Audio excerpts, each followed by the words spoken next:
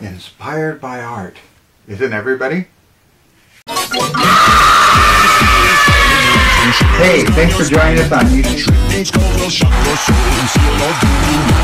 What are you doing here?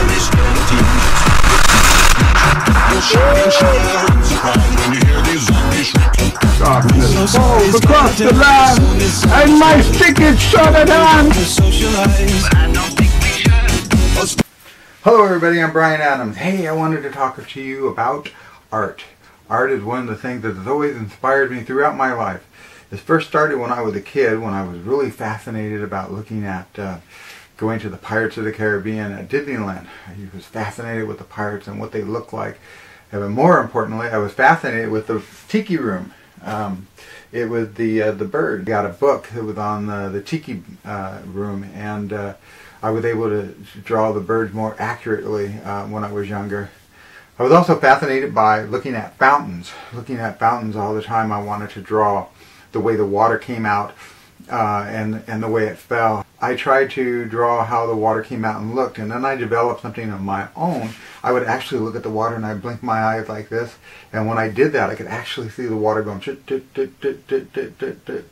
which they do now with lights and stuff, but I was able to see that back then when I was a kid. So that's how I used to draw my drawings, influenced by Disneyland, and I wanted to make my own haunted mansion. So and I only got a quarter of it made because I was young, 9, 10, whatever. And what I would use is cardboard to be able to construct the walls. I would use paper that I would actually put onto the cardboard. What I would do is put a thin layer of glue over the paper, and then I would apply it onto the cardboard that I was using for the house, and then I would wait where it was pretty much dry, and then I would rip off the paper so that I had what appeared to be like, in my mind, it looked like paint had come away from the building, and it also gave me glue marks that kind of made it look a little scary. Later, I got influenced by the surf scene. I lived born and raised out in Orange County, California, and so I would go to the beach and got into surfing, and then we used to see all the surf shirts and the designs and stuff. And so we used to go to the store and in the malls and stuff and take a look at the shirts and look at the surfer shirts that were just then coming out, and we would pay attention to the way the kelp was drawn and the sunset and the palm trees, and we started trying to duplicate paintings like that. It wasn't technology like we have today where we could take a photograph of it and go and duplicate it. Back then we had to actually go and look at the shirt and try to get a photographic memory of what it looked like, and then go home and redraw that in some shape or form. So that was a little bit challenging. And then I remember I was kind of introduced to lowbrow artwork. It was Big Daddy Ed Ross. I started seeing the little cars with the big monsters coming out of it, and the monster would have like the hatchet and the little voodoo doll girl in the other hand, and that became fun to see too. So kind of started drawing a little bit of that. Also had a neighbor that I was really good artist. He doesn't do anything anymore that I know of, but it was a friend of mine that lived across the street, and he used to draw. He could draw anything. He used to draw like worlds that had cracks in them, and like the ocean was spilling out of them, or something, the land was spilling out, and then he would draw like trees, but they were like women figures reaching out with their hands and everything, and that was a lot of fun. And then what I did was I got involved with working for a sign company, and then I ended up working many different sign companies as well as opening my own sign company.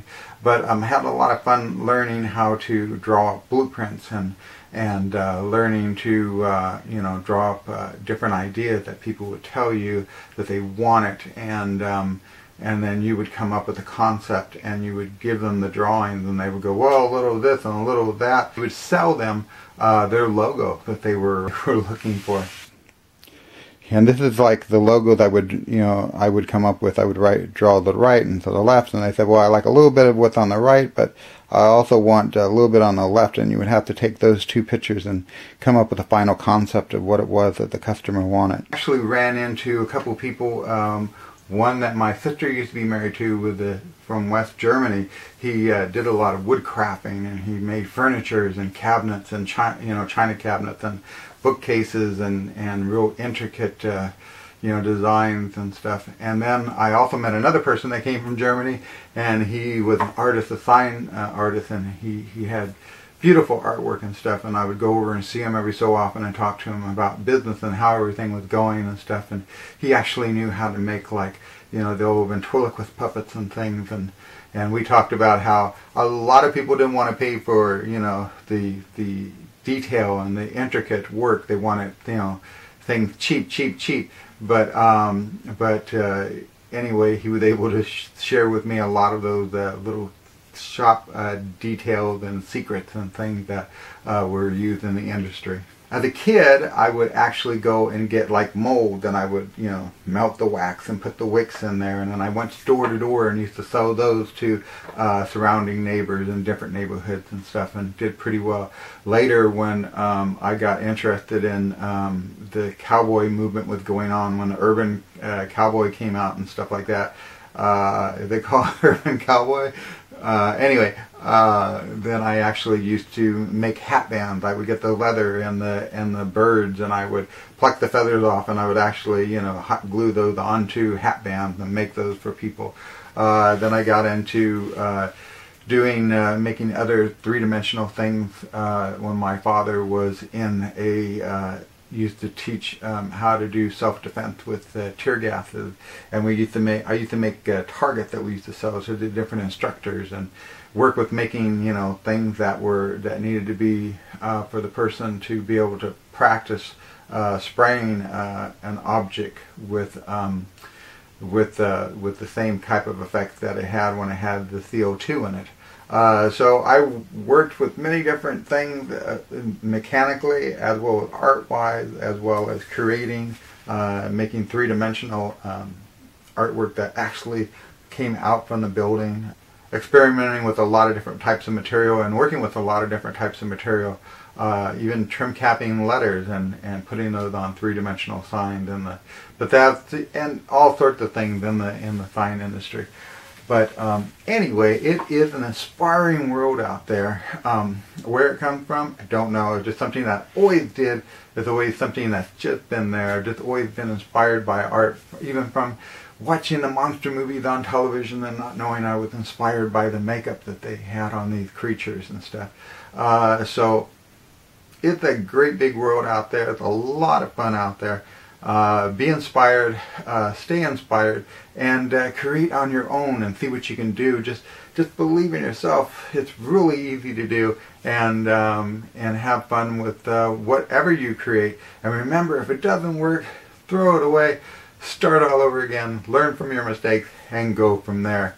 Anyway, thanks for listening to my rambling today. This is the blogging series for the month of October. Anyway, I think that's it. We'll see you tomorrow with another video or a vlog. So long, everybody. Oh, and if you like this, don't forget to give the thumbs up and subscribe. We'll see you next time. Thank you. Goodbye, everybody.